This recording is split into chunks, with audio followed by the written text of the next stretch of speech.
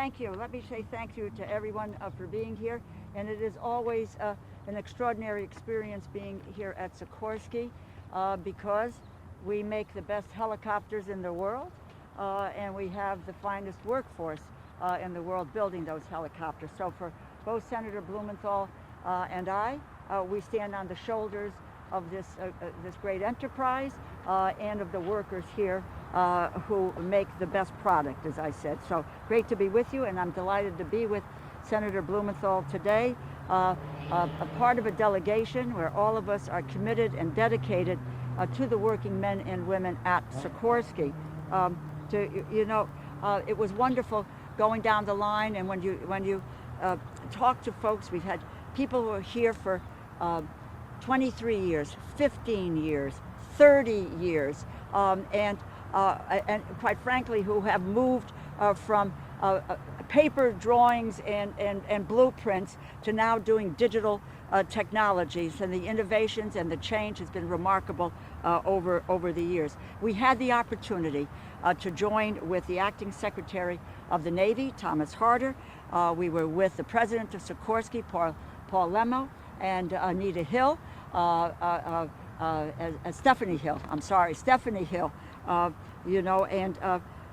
as actually the acting secretary, he was at Electric Boat as well as at the Coast Guard Academy because he's a 20-year veteran of the Coast Guard Academy, and he understands, as do the other folks who are here today, understand that what we need to be doing is to producing the best product, the safest product, the product that is ready for our men and women in uniform. And the secretary was able to see the work of the highly skilled work of the employees here, and this is looking at, we saw the 53K and the production of that, as well as the presidential helicopter. And we take great pride, I hope all of you do as well, is when that plane lifts off from the White House grounds, I know I cheer because I know where that helicopter was made and who are the folks who were doing that. So I'm enormously proud to work for Sikorsky, and what they were able to demonstrate to us today is not only what we're producing now in a Black Hawk and a 53K, but where we are going to be and trying to be in the future with new technology, and it's important to our entire delegation, and the senator reflects that effort as well, for us to be able to work with the Navy, with the Army, with the Marine Corps, etc., and be able to deliver the contracts that are needed for our national defense, and provide work to the folks here in Connecticut. I sit now as chair of the Appropriations Committee, and I view that my role is really to be able to assist and to help to bring resources to overall to our industry in Connecticut, because we are at the cutting edge with regard to national security, and as I've said, we have the finest workforce in the country as well, and we need to be working with them and protecting their jobs. So whether it's the 53K or the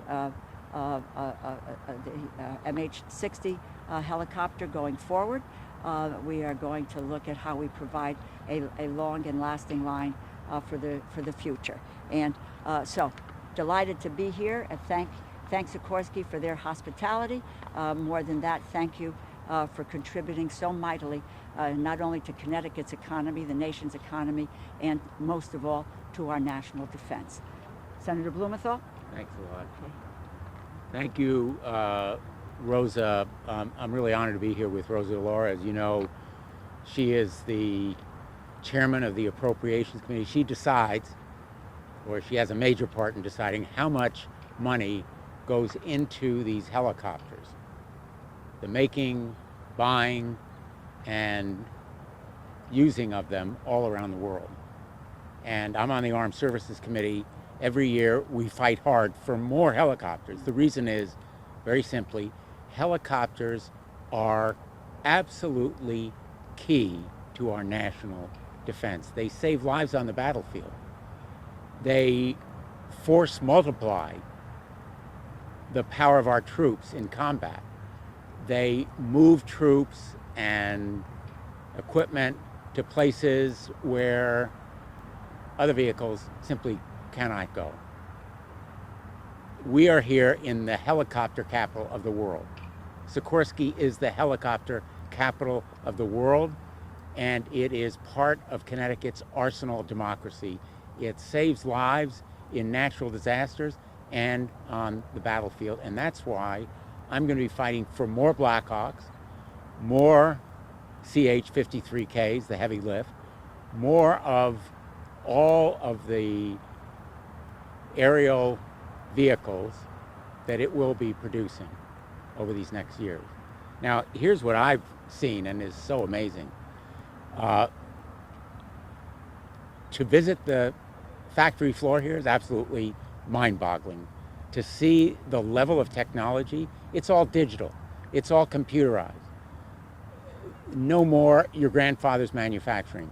Sikorsky is not only at the tip of the spear, it is at the cutting edge of technology, and it is producing helicopters that can't be seen, can't be shot down, can't be intercepted by our adversaries. That's what Sikorsky is doing to make us safer. And it couldn't do it without a workforce that is trained and skilled as no other in the world.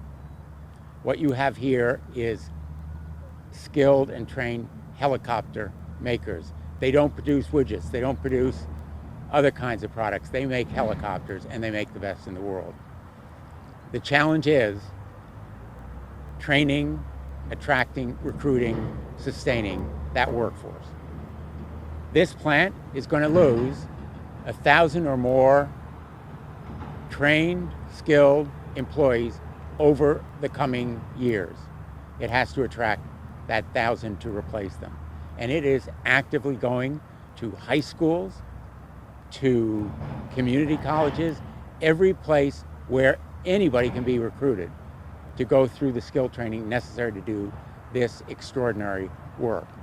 So the challenge for Sikorsky is skill training, skill training, skill training, attracting, recruiting the people needed to fill these jobs. There are good jobs here, career jobs, and Sikorsky is reaching out so that it can continue to support our national defense, sell its helicopters to our allies and partners overseas for their defense, and make sure that we continue to be the strongest nation in the history of the world.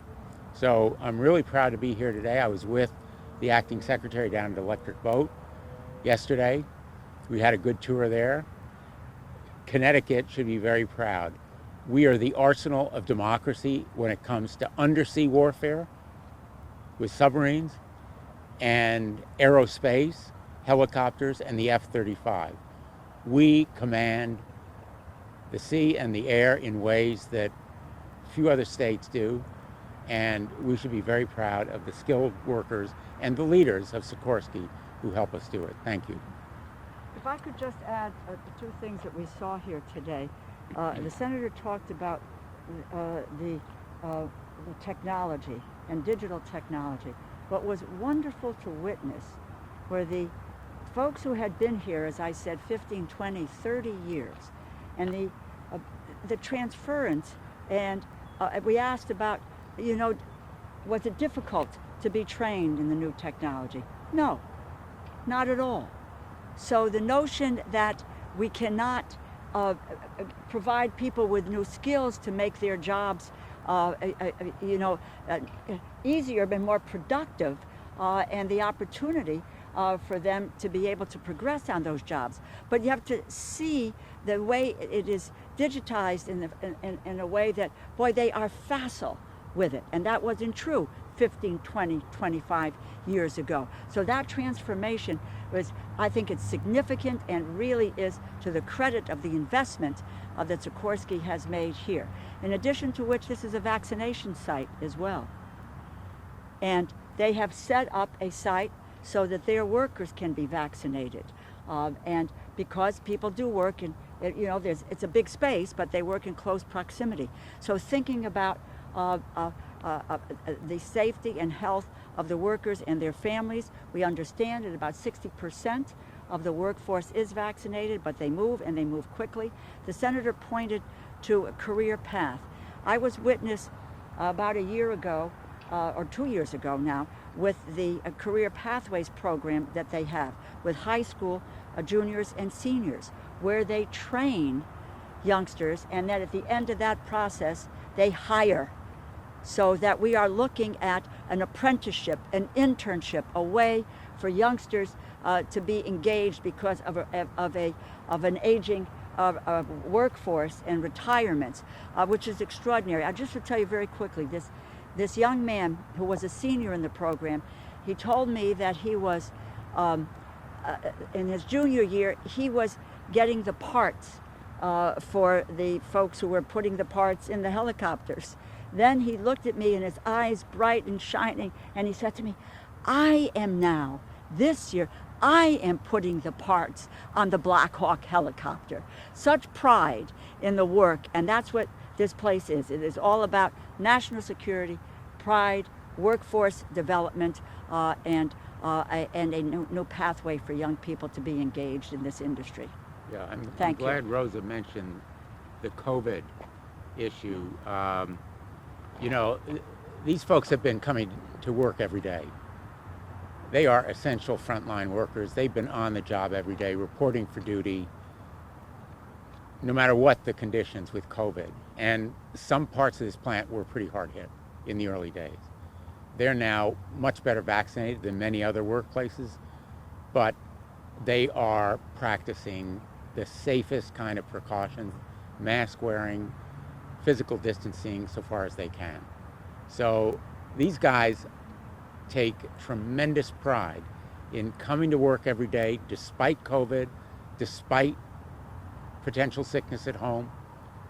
They're on the job reporting for duty. I have never seen so many American flags in any workplace. They are really dedicated to America. And it's so inspiring not only to see the new technology, but the way they're bringing that technology to bear for our great nation. And there are careers here, they're good jobs, they're careers with futures, and I hope we get the kind of workforce we need. Any questions? Just if you could talk a little bit about, I'm sure there's some you can't share, but talking with the Secretary of the Navy and walking through here today, just the thoughts that were shared about the role Connecticut plays for the Navy in particular. Well, look, just add a couple of things. I think it was clear to the Secretary of the role that Sikorsky plays in Connecticut, but internationally, and as I said, for our national security. And Connecticut was known as the arsenal of the Republic. We have a defense industry in Connecticut, and again, we are building the best helicopter in the world here. It was important for the Secretary and for the leadership at Sikorsky to run through the various parts of the development of what we're doing, how they are using robotics, how they are dealing with manufacturing. What they do is here, they design, they have vertical integration, they design and they manufacture right here the various parts that go on to the helicopters. And so what we talked to him about, and it's clear that what we want the Secretary of the Navy to understand that the role that Sikorsky plays, and that means when they're looking for and dealing with procurement, that what happens at Sikorsky and how efficient it has become, and making sure that there is the efficiency, the readiness, and at a cost that is efficient, and that it cuts the costs, that then they look with favor on honoring the contracts here for Sikorsky. And we will be working very, very hard to to continue that conversation and letting them know. It's one thing to hear about it and to see a video about it. It's another thing to walk through each of the production areas and look at it, to look at the presidential helicopter and what is going on. That was the strength of the visit, for him to get some sense of what happens here, and that we will make sure that he doesn't forget what he saw here in terms of looking to those contracts. Yeah, there's no question. There's no question that, and I was with him yesterday at Electric Boat. There's no question that the Navy Secretary was deeply impressed by the magnitude of the CH-53K, the complicated quality of composites that go into the materials that make it, the workmanship and design excellence. These helicopters are technological marvels, and the Secretary of the Navy, like any defense official, had to be deeply impressed. And his conversations to me indicated clearly he understands that these helicopters are technological marvels, and we need enough of them for our national defense. Now, I've been pressing the previous administration for more of them, and we increased the number beyond the President's request in the last defense budget through the Armed Services Committee. The acting secretary who came today is the acting secretary, and the Defense Department needs a real Navy secretary. It needs the full Department of Defense team. General Austin, as Secretary of Defense, needs and deserves a real Navy secretary. And I will be pressing for a robust Department of Defense team, because decisions can't be made about how many helicopters to buy until we have the full team in place. And I think that this Navy secretary was very impressed. But I want to make sure this message goes to the very top of the Pentagon. Did he give any indication as to how many helicopters would be needed or anything like that? No, I mean, look, what we did the last time here, and you asked about, and the senator talked about impressed. You could tell from his interest, you know, in asking questions, and you know, we're able to get into, you know, the 53K, and you know, and really the level of his interest and wanting to know more. And I know that as he left, he was asking for more information, you know, from the company's leaders that he wants to have. And we talked about having a continued dialogue, and then, you know, working with them. So I think, to repeat, I think he was deeply impressed. But what we did the last time, and it was in appropriations, 42 of the 60M Black Hawk helicopters, 19 combat rescue helicopters, and 9 of the CH-53Ks. And the 53K is that marvel, is a game changer. And that is something that we're going to be focused on and looking to, and to make sure that we can increase those numbers. And I think we have worked hard, and it's been we've had you know, good return on what we've been able to deliver to Connecticut. But we don't stop there, and we will continue on. There are no precise numbers at this point, because the budget is only in the beginning stages. We don't have a budget yet. Yeah, exactly, exactly. Don't have a budget. There's no budget yet. There are no precise numbers, but there's a pretty good guarantee this place is going to be very busy this coming year. Very busy, because the nation needs more helicopters. And the CH-53K heavy lift is many times the size of anything built before in the rotary wing world. The CH-53K will do things never imagined by a helicopter before. It will deliver troops and equipment in quantities that would never have been thought possible by Igor Sikorsky, for sure. And so this place is going to be busy for the foreseeable future. Thanks, guys. Thanks, everyone. Thank you. Take care. Be safe.